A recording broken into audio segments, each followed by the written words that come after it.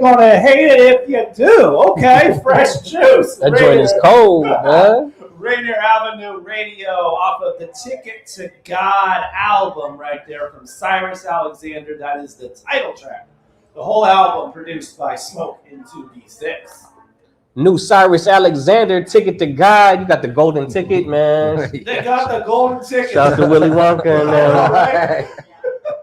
He was on to something. Amen to that. And I just rewatched that the other day because they put both movies on Netflix. So Yeah. And I still like the original more. Even though like the Gene Wilder version. But Johnny Depp did his thing too in the second one. Yeah. And I like the backstory they gave Wonka in the second one too. Yeah, I appreciate it. They keeping it colorful. Yeah. They always did that. Shout out to the Loompas, yeah. Loompas, man. And they did a prequel of it too that I watched a couple of years ago. I think there was a prequel of a younger Wonka or something like it. He was working in a sweatshop or something like that, but he was trying to do candy on the side and he was breaking out and stuff. Like they were locking him in and stuff. So it was like some crazy stuff. Yeah, I bet.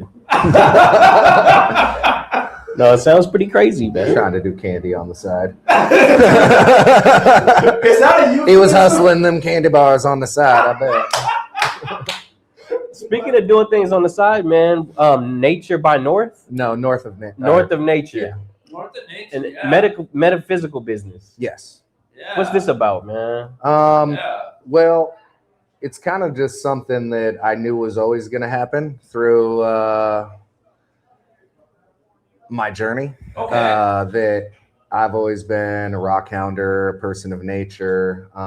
That is where I spend my best time, my best thinking time, my best happy times. Nice. You know, Bro. and so I started it a couple years ago, just doing jewelry, and then I started doing gem trees and just a whole bunch of stuff. You know, we make keychains, we make T-shirts and all sorts of things, and it's just been something fun, you know, instead of just the regular rat race of a 9 to 5. You know, it was just something born out of a need to have something of my own. You know? For sure. We can show some of that real quick. Yeah. Some of the artwork, man. This is some beautiful stuff, man. Thank you. Yeah, look at the That's hard. Yeah, it is. Yeah, that's the word I was looking for. The younger generation says tough. That was tough. That brother. was tough, man. That was tough.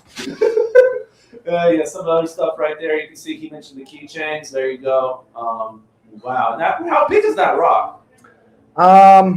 So I mean, I'd say probably maybe 3.5 to 4 inches tall. Oh, okay. It's just zoomed in. I was Yeah, it's not huge, but I mean, it's yeah.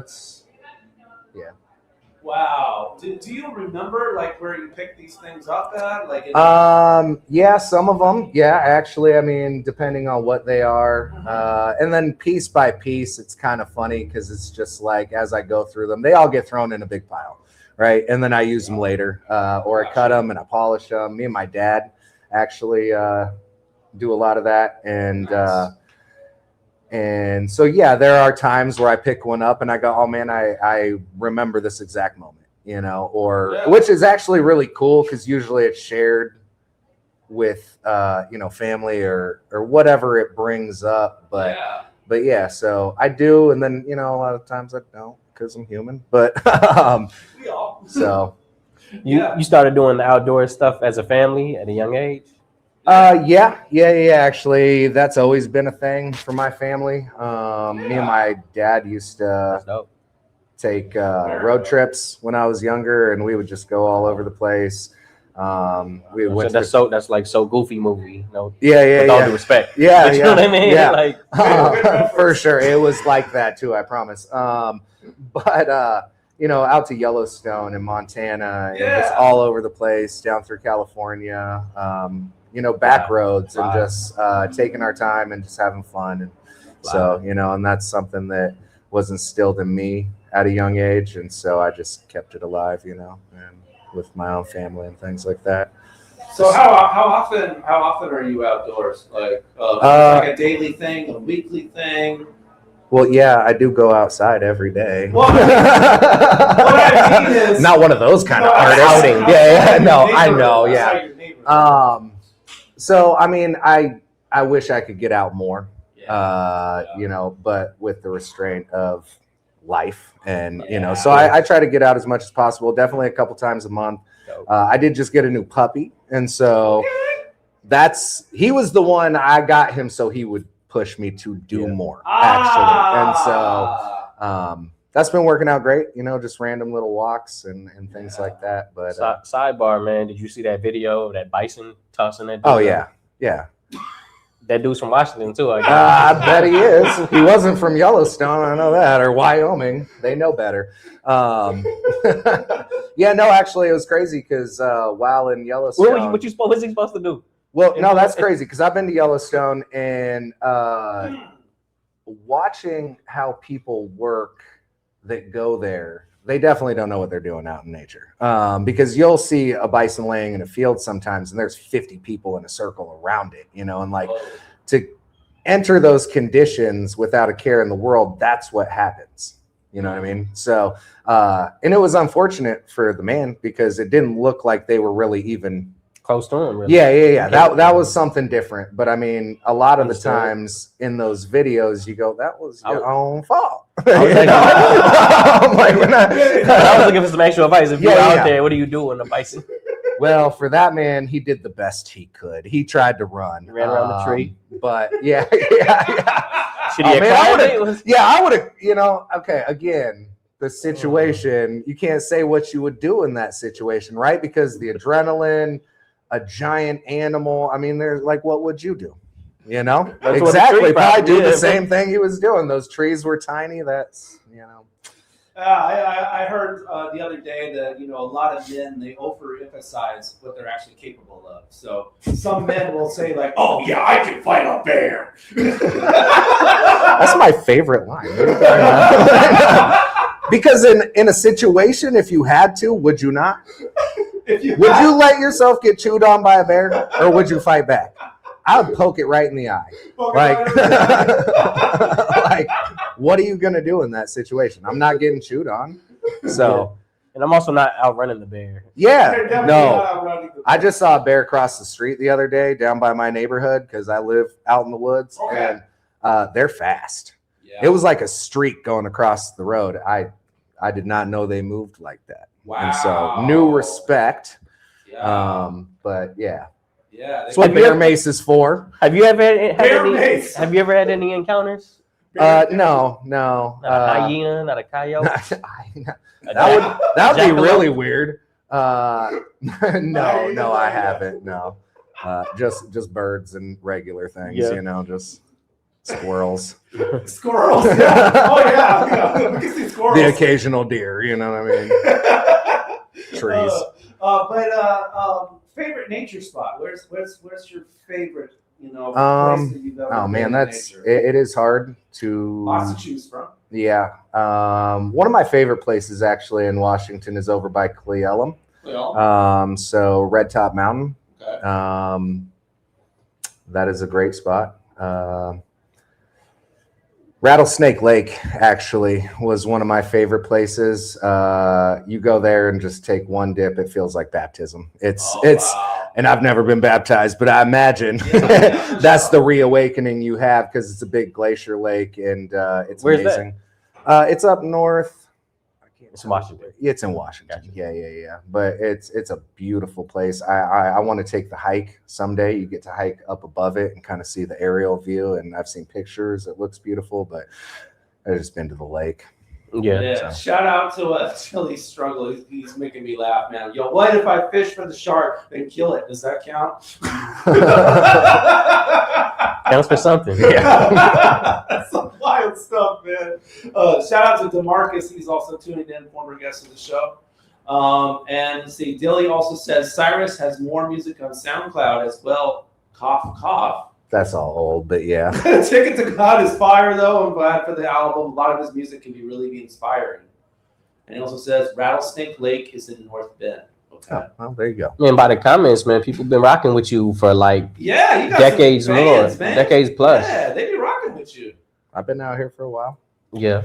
But I know you were quiet for a little bit. How what brought you to that? Life again, Life, and just trying to do other things. I had done music since 4th grade, in some kind of fashion. And so, it started out as being a band geek, and I loved that. I went all the way until high school, and then got out. I guess so. My last year was 8th grade doing all that kind of stuff, but that was about the year that I transitioned into writing music. And I actually started out doing rock music. Interesting. Yeah. And so had just my friend that I grew up with. He played guitar, and I would write lyrics, and we would probably annoy my neighbors out on our back porch. And then I had moved from Olympia over to Lacey. And started to go to school out there. And everybody that I met was cool. Jay, South Sound High School, and then I met Jay Rush, and it was art class. It was art class, yeah. Wow. And we were freestyling in art class, and then it was a wrap ever since. So ciphers. Yeah. Wow. Yeah. The freestyling over the paintings. Yeah. That's dope, man.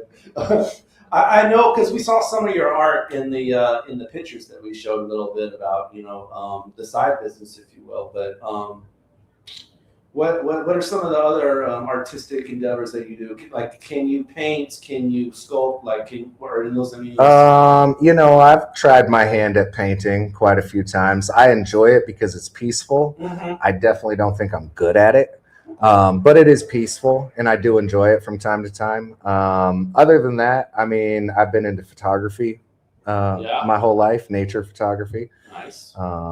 And so that's been like one of my other main loves. So. Nice. It all kind of sticks close together, though. It does. It does. Yeah. Photography. A lot of the guests we've had definitely. At least got into photography for a second. So I definitely see, seeing things artistically definitely blends with photography. Yeah. But you were telling us where you took a break at, or what brought you to take a break? So I can't give you the year exactly. I know you didn't know, it wasn't planned? No, I think I stopped recording in about 2014. Okay. You never had a moment like, I don't think I'm gonna do this anymore, or no, I did. You just I definitely did, and I would say that was probably more around 2018. Okay. And then I think, because I said, I think in my bio about 3 years, that was probably less than what it was, because it was about 2018.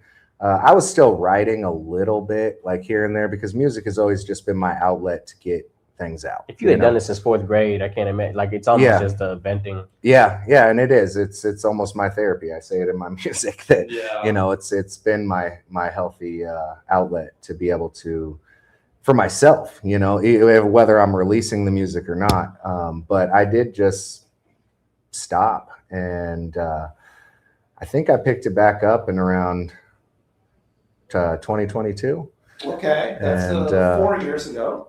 And so, was it mostly just an uninspired feeling? Was it, something personally in your life? I was just trying to do other things, and just working a lot, taking care of family, just trying out other outlets, and it kind of just got pushed to the side. And then 1 year goes to 2, and then yeah. Was there a big health scare that was in there?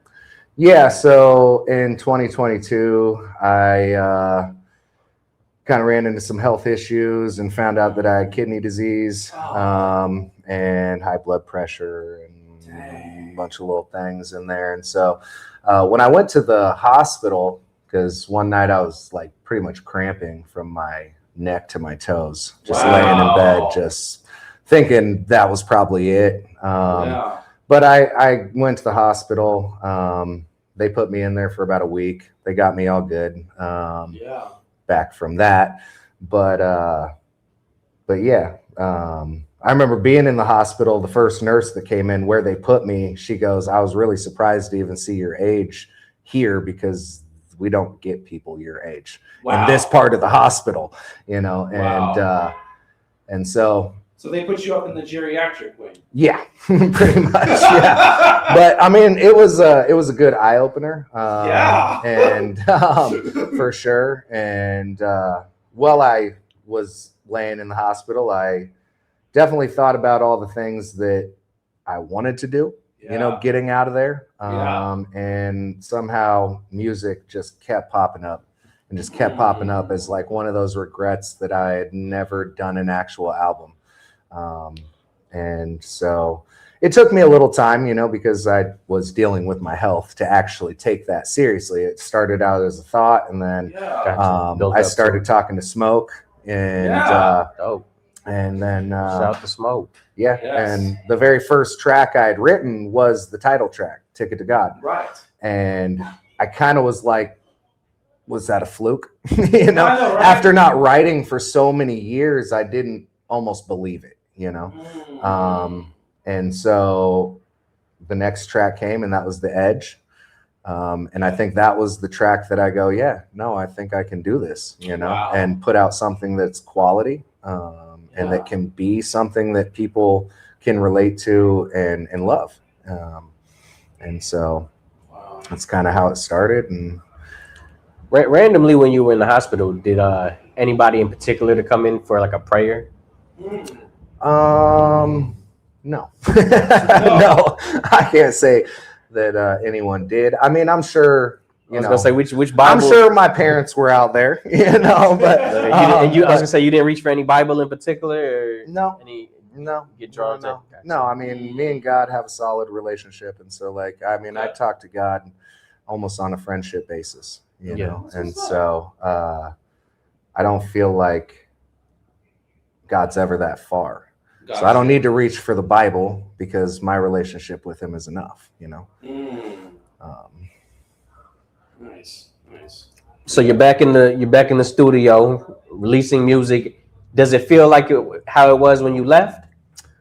In Olympia.